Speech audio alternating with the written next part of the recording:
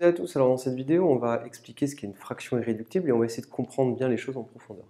Alors, une fraction est irréductible, alors A est un antinaturel, B est un antinaturel, attention, je l'ai pas mis, mais du coup je voulais le mettre en rouge, B est non nul. Eh bien, A sur B est irréductible si et seulement si vous avez ce symbole-là, A et B sont promis entre eux.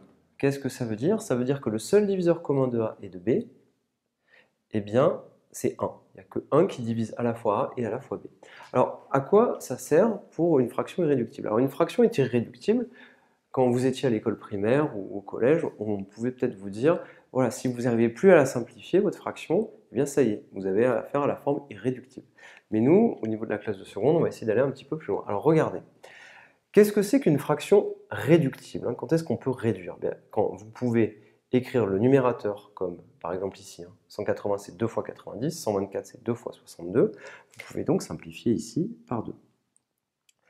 En faisant ça, qu'est-ce que ça veut dire? Ça veut dire que vous avez que 2 divise 180 et vous avez aussi que 2 divise 124.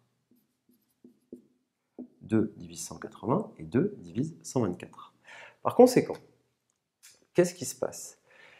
Si vous ne pouvez plus faire ça, si vous ne pouvez plus trouver un diviseur commun à 180 et à 124, et que le seul diviseur commun que vous avez, c'est 1, eh bien ça y est, vous avez votre forme irréductible, c'est-à-dire que 45 et 31, regardez ici, 45 sur 31, qu'est-ce que je peux en faire? Je ne peux plus faire grand-chose, c'est-à-dire que, est-ce qu'il y a des diviseurs communs?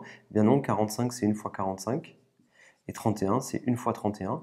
Pourquoi? Parce que 45 et 31, ils sont premiers entre eux, et le seul diviseur commun entre 45 et 31, eh bien c'est 1. Ça y est, ma fraction, elle est irréductible. Regardez, les diviseurs de 45, ils sont là. Les diviseurs de 31, ils sont ici. Et 45 et 31, ils n'ont qu'un seul et unique diviseur commun, qui est 1.